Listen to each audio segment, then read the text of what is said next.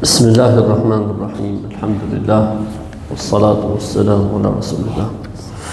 Me emrin e Allahut, të gjithëmëshirshëm, të mëshiruesit, falenderojmë të madhin Zot Allahun, mirësitë dhe bekimet e tij qofshin profetit sallallahu alaihi wasallam.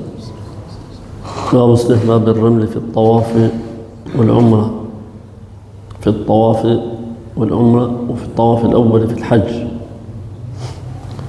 Pëlqehet, pra është e preferuar që njeriu të eci shpejt në tawafin e umrës dhe tawafin e parë të haxhit.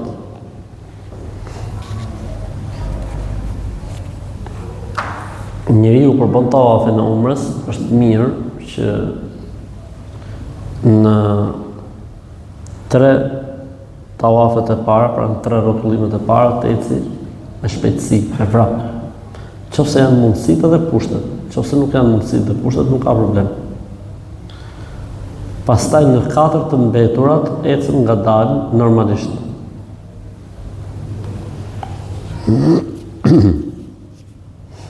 Këtë e bën edhe në tawafin e parë të haxhit, sepse zakonisht tawafi i parë i haxhit i bie që të jetë umre.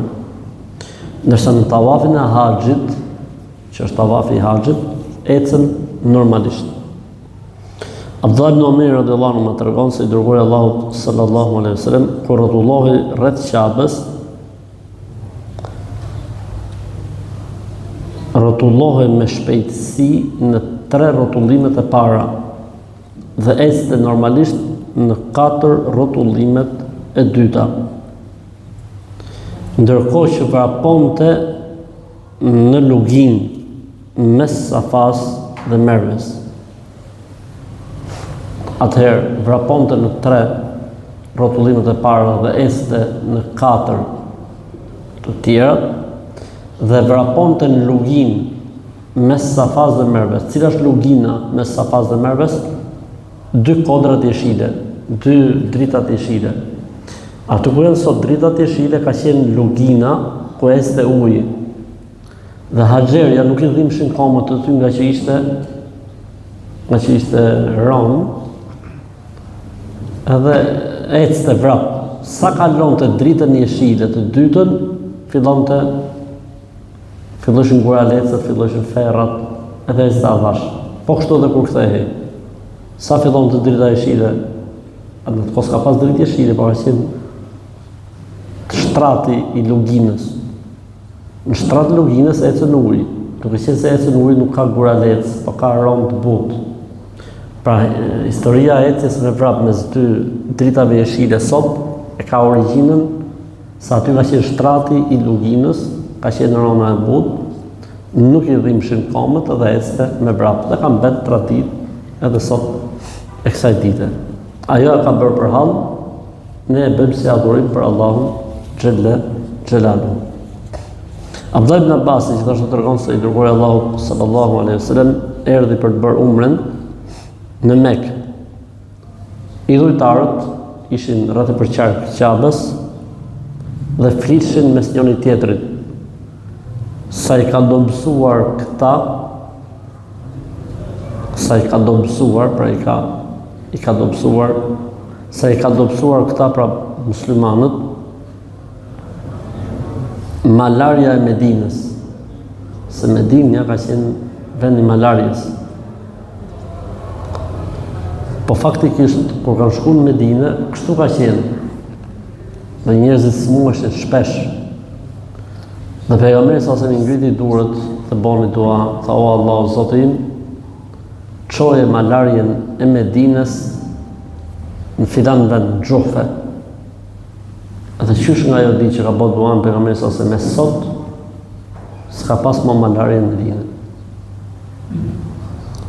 Këta të ne po talleshin, këtë dua pejgamberi sa kishte bërë para, këto kanë ardhur vitin e 8 i Hijretit. Këtë dua pejgamberi sa kishte bërë para 6 vitesh, pas kishte më malarje, pa ato talleshin. Për këtë arsye thotë i urdhëroi pejgamberi sallallahu alajhi wasallam që të ecin me vrap në 3 tawafet e para. Ndërkohë që i ndaloi në 4 tawafet e dyta, që mos të lodheshin. se me bo 7 tawafe me vrap, lodhet një. Por se 3 parët, s'ka gjë. Gjithashtu Ibn Abbas radhiyallahu anhu tregon, thoshte pejgamberi sallallahu alaihi wasallam e bëri tawafin rreth Ka'bes dhe sajin mes Safas dhe Merves në gjendjen më të paraqitshme. Pra se më thonë, nuk e ka po si i lodhë, është mundu me majtë vetën të gjithë kohës, në mënyrë që mos shihnin armiqtë e tij tek ai lodhje dhe kputje. Sepse ka bo përën nëse se më tawaf për herë parë, ka qenë kohë armëpushimi, ka qenë kohë paqje, ka qenë kohë marrëveshje, nuk ka qenë kohë qetësie. E pejgamberi duhet me tregu që jemi, si me thonë, në kulmin e fuqisë tonë. Se vetëm rruga derisa të vish në Mekë, 450 km me deve, një javë sa, është e mjaftueshme edhe po se i lodh, me qenë i lodh.